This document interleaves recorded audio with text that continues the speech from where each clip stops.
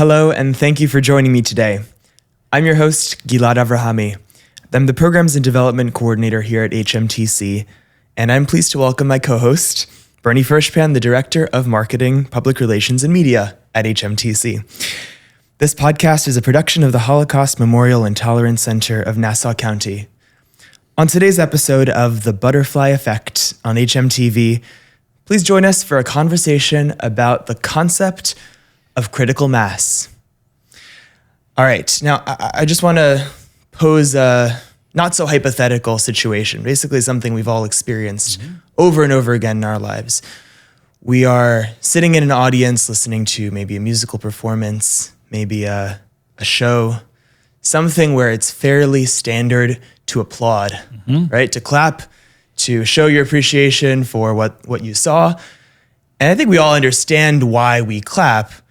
But one thing I found interesting is when I think about the fact that I never clap on my own. If I see that no one else around me is clapping, even if the thing I just saw is the most amazing thing ever, if it's a crowd of 1,000 people, even a crowd of 100, even a crowd of 20, I don't think I'm going to be the one. Maybe if I see people around me starting to move, right? But there's something built into us that prevents us from standing on our own in that way and just being a single person clapping. And the concept of applause is, to me, a great example, representation of critical mass. What do you think about this example? Well, first of all, thank you for doing this with me. I think this is a great topic to discuss today, critical mass. And you're a young guy, so you might be a little bit more self-conscious. The older you get, the less self-conscious you become. And so I find myself at my age today having no problem starting or catalyzing,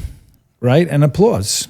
Whereas maybe when I was younger, maybe I was a little more self-conscious. So a lot of it is relative to the age or attitude or upbringing or the things that you know and heard from other people. But when it comes to applause, I find myself sometimes catalyzing the applause and sometimes even more challenging starting a standing ovation.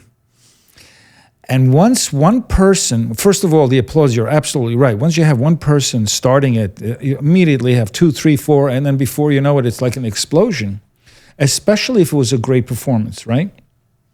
Now, when it comes to a standing ovation, even if it wasn't standing ovation worthy, sometimes somebody standing up might trigger another person, and it usually does, and then you get maybe a third of the room, maybe most of the room. I think it might be maybe more challenging for people to stand up. I think they enjoy just the sitting down process and applauding. They have no problem. I think when you start an applause, I think everybody, will jump in and applaud. But standing up, that means you got to, whatever you have on your lap, you got to put it down. If you have a drink or something, then you got to get up, It's an act of slightly more courage than maybe just sitting and applauding, or it requires a little bit more sacrifice. Effort. More effort. No, we shouldn't say sacrifice, but it's a microcosm of some of those ideas, true. right? So, I think it's true what you're saying. Although, if I may challenge you on this a little bit, I'm sure that when you're less self-conscious, more self-confident, that you're able to do that. But without a doubt, right. The fact of having other people around you already applauding makes it much, much, much more likely that anyone would join in. Without question. Yes, absolutely. Now, I was in the entertainment business, so I understand this. I produced over 6,000 shows at the Metropolitan Room. It's a legendary jazz club, cabaret space, comedy space. And sometimes you would trigger an applause just by starting the applause. Like I might be up there introducing somebody, and if I start applauding, the audience will. Now, here's something even more interesting, and that is that when you watch television, like a sitcom, for example, situation comedy, if it doesn't have laughter, canned laughter in the background, you may not laugh. But the fact that you hear laughter triggers some, laughter, out loud laughter, not just internal laughter. Right. It's kind of interesting that also they understand that concept on television. So they understand the concept of critical mass, and so they'll include the laughter or even the applause. Yeah, I think when I'm watching sitcoms, the ones that have laughter, laugh tracks in them. I mean, maybe if you think too hard about it, then you start to really lose faith in the concept. But it does make me a little bit enjoy it more because I feel like I'm participating in something. Right. And I think that's a big part of what whether it's applause or laughter or something else, what we get out of it and the reason why we lean into it is because we feel like we are not standing alone. Whatever we get, someone else gets it too, right? I think we all enjoy being part of something big or some kind of a group or organization. I think a lot of people, even today, and that's the point here, and that is today, a lot of young people think that they're doing the right thing, and they may be joining a group or an organization that may not be standing for truth or justice. But the fact that they're part of something makes them feel either valuable to the group or they feel like they're part of a group and they're not alone.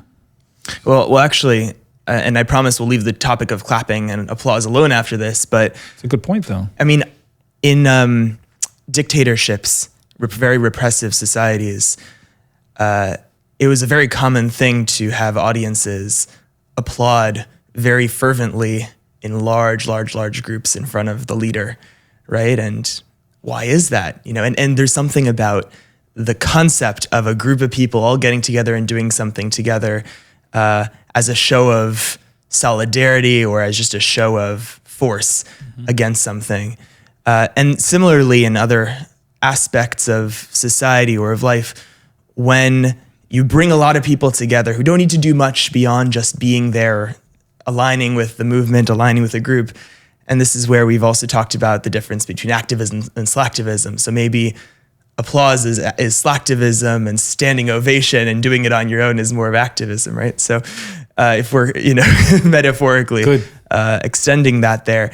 But I think you're right. So, I mean, that's part of why I wanted to talk about this today as well. Why are we doing this? Why are we talking about critical mass here at the Holocaust Center? Yeah, because people want to be part of something. People want to be part of something big. You can watch a concert on television or even virtually, right, with the goggles. But there's nothing like being in a real live event, a real live performance when you are amongst fellow human beings that are on the same page, Yes, but one of the things we need to imbue in people is the ability to think critically about what they're part of. So Correct. If they see a movement around them, are you just doing it because you trust the people around you, because they're your friends or because they're people you know, but you're not taking the time to think about the effects that'll have on the people you don't know. And that's one of the great mistakes that happened during the Holocaust, in which people were so accustomed and they felt like they were part of something, Right. That they could participate and perpetuate one of the worst atrocities ever because they saw the people around them, because they felt like for Germany, for their country, they were creating something great. But one of the things that we need to understand how critical masses happen and how you either make a critical mass possible or you disrupt a critical mass, right? So we're putting on our thinking caps of what if we're in a situation where we need to create a movement and for something good, or we need to stop a movement that we see as creating something bad. So the term actually came from nuclear physics. Right. I don't know if you knew that. I did. Yeah, I did actually. So a critical mass is the actual mass, the weight of a substance that is sufficient enough to start a chain reaction. And we use this idea of chain reaction not just in physics, of course, but in everyday life. It has a lot of resonance with the butterfly effect, wouldn't you say? Yes, it's true, because we are the macrocosm of this microcosm, really, because we are made from this substance, from nuclear substance. And so we're just a larger version of the same thing. There's some natural laws that we follow, and things want to combine. Things want to get together to create new possibilities. And that's why there's something. I mean, how do you feel when you were applauding with a large group of people? I mean, they've studied the chemistry that goes on during that time, and serotonin and adrenaline is being released. Makes you feel good.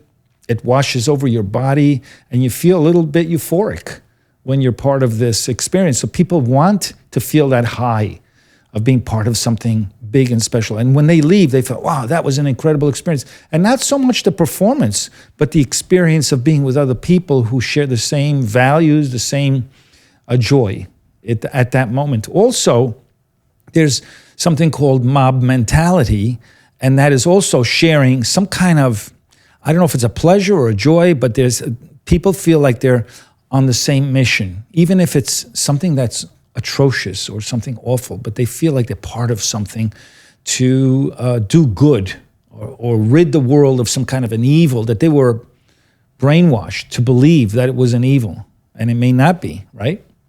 Sure. Well, I think the existence of that critical mass around you sends off some of the responsibility of figuring out the facts onto that group. So you look around and you say, well, all those people also agree. So they must have thought of it too, right? They must have taken the time to figure it out. So if they believe it, I believe them, right? Like I don't feel as much of a need for myself to be certain about what I believe, to look into it, to make sure I'm doing the right thing. Because in contrast to if you're standing alone, you need to build up so much evidence just to start to convince people. And that process of building up evidence is a great training for your mind and for your understanding of the world.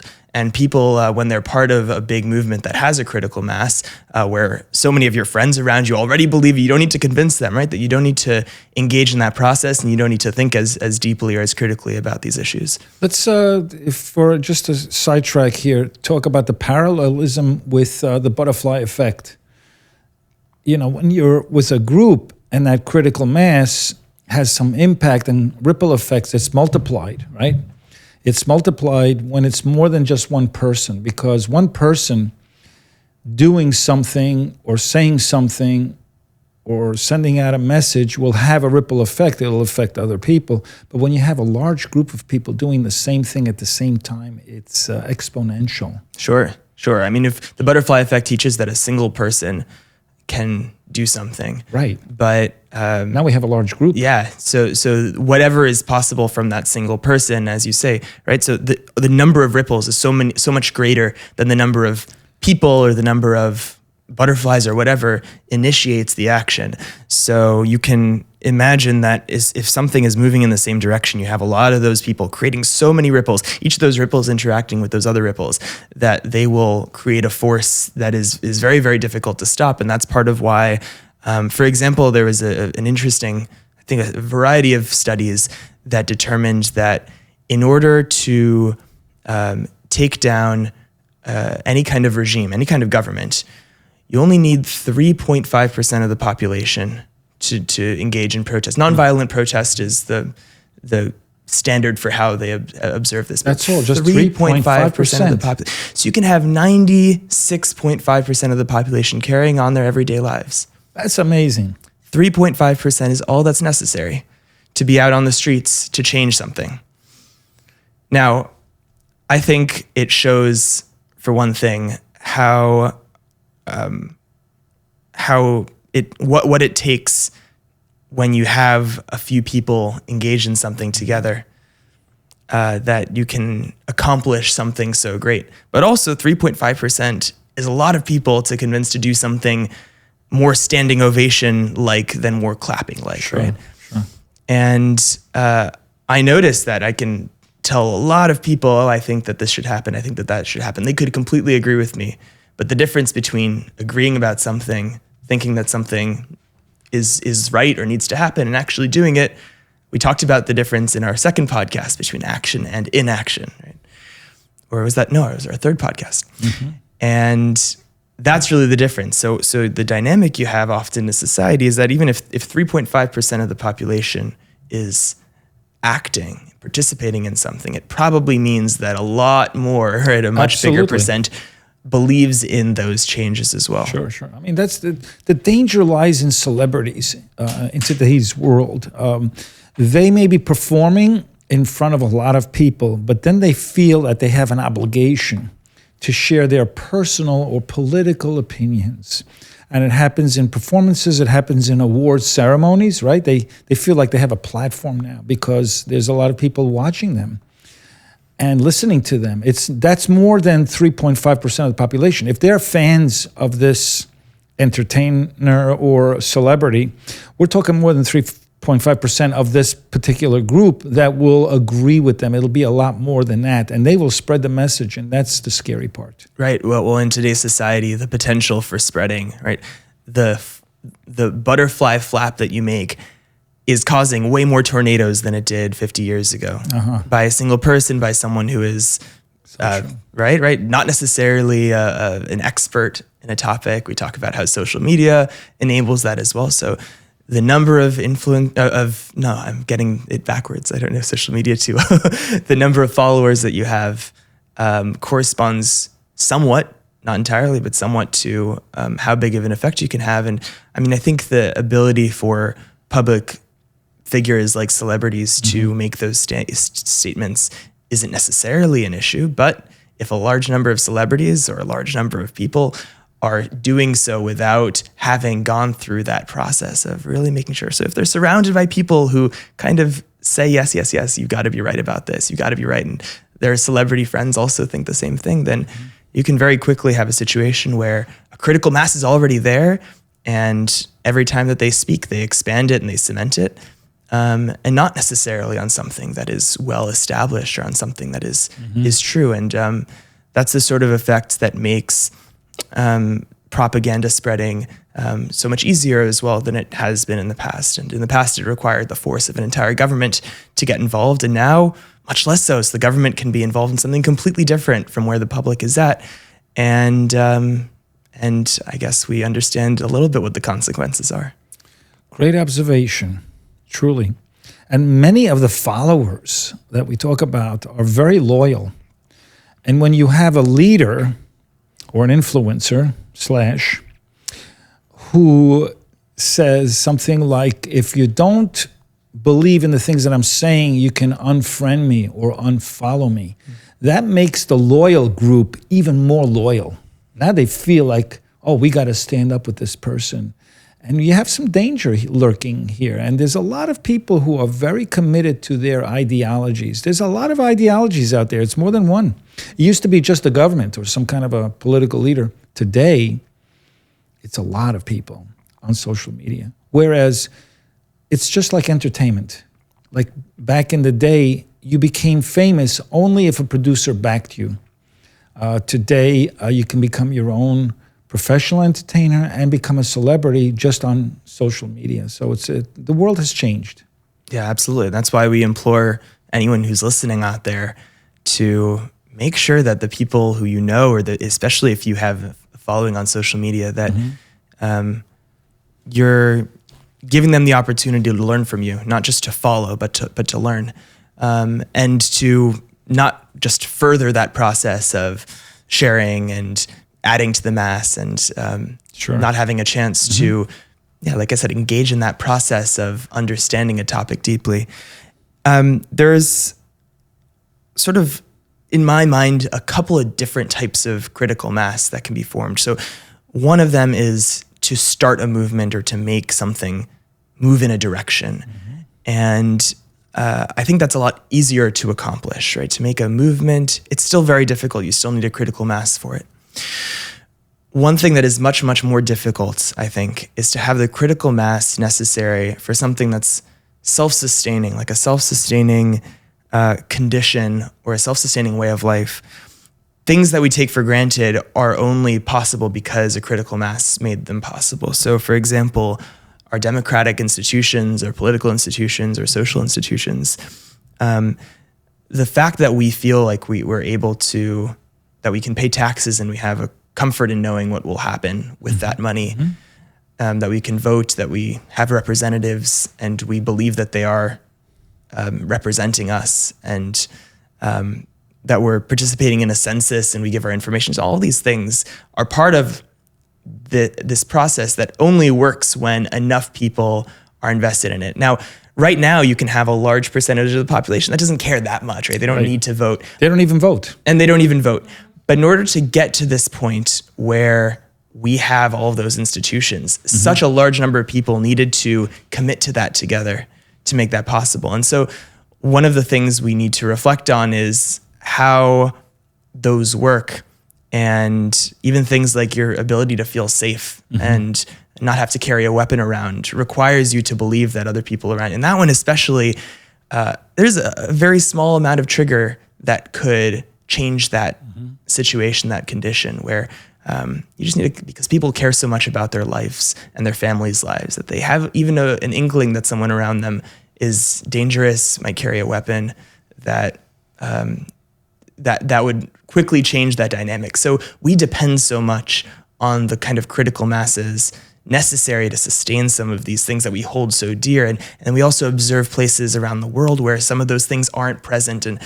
And in order to appreciate the things that we've established for ourselves here in the United States, we need to be aware of those things and how quickly they can break down, just like they did for our family who had to escape from Europe during the Holocaust.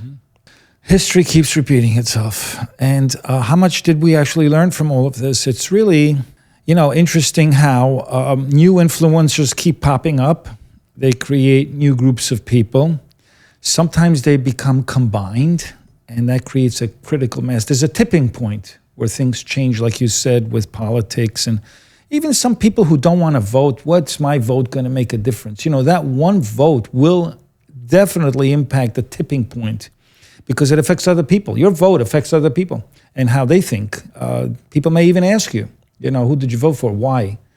It's so important that people get involved. This is really the point here, right? The message here is that we need to get involved. People need to get involved. We're talking to the silent majority.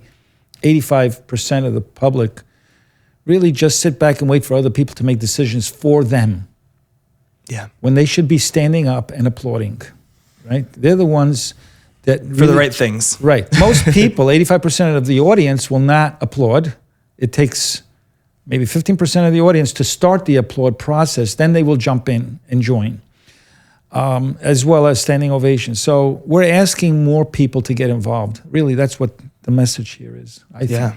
Yeah, as you said, every choice you make, whether to get involved or not, right? These are all it's the reason it's called the chain reaction, because it requires every step of that chain. So there are a lot of possible chain reactions, but your involvement or not is going to either continue a chain, start a new chain, or disrupt a chain. And you have the ability to recognize those things. You're part of it whether you like it or not, just by living in society. You are part of that. So true. But your choices determine whether you are going to be working towards the right things or not, or letting the chains die that need to continue.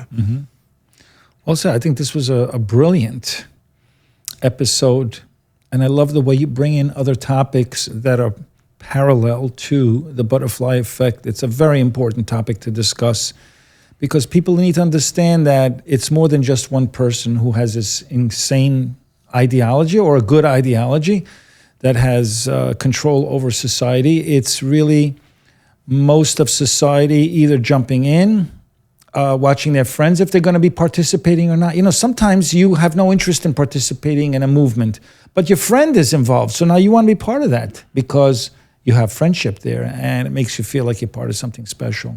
No, it's true. And we shouldn't, of course, throw away that essential human need to be part of something with other people, right? So whether you're applauding or whether you're involved in something, don't do it alone. Don't just think that it will all be the same if you do it alone versus if you do it with other people. So that is important, that involvement, that need to use the people around you and to sort of work off of them and to learn from them to make things happen that you believe in. Today, it's so important. Advertising agencies and marketing agencies were very well aware of this, that word of mouth is more powerful than an ad.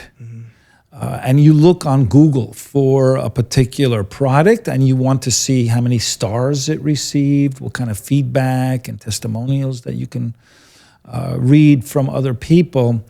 And that's really what it's all about. It's really people jump in when they read testimonials, when they get feedback from other people, and they want to be part of that. They don't want to be left out. I think part of this, maybe the next topic, is the fear of missing out. Ooh.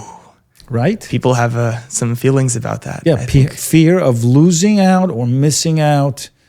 You know, if you look at ads, like I was driving on the New Jersey Turnpike and there was a big sign of a car dealership and the guy's quoted on the billboard and it says, everybody is going to Hackensack Toyota.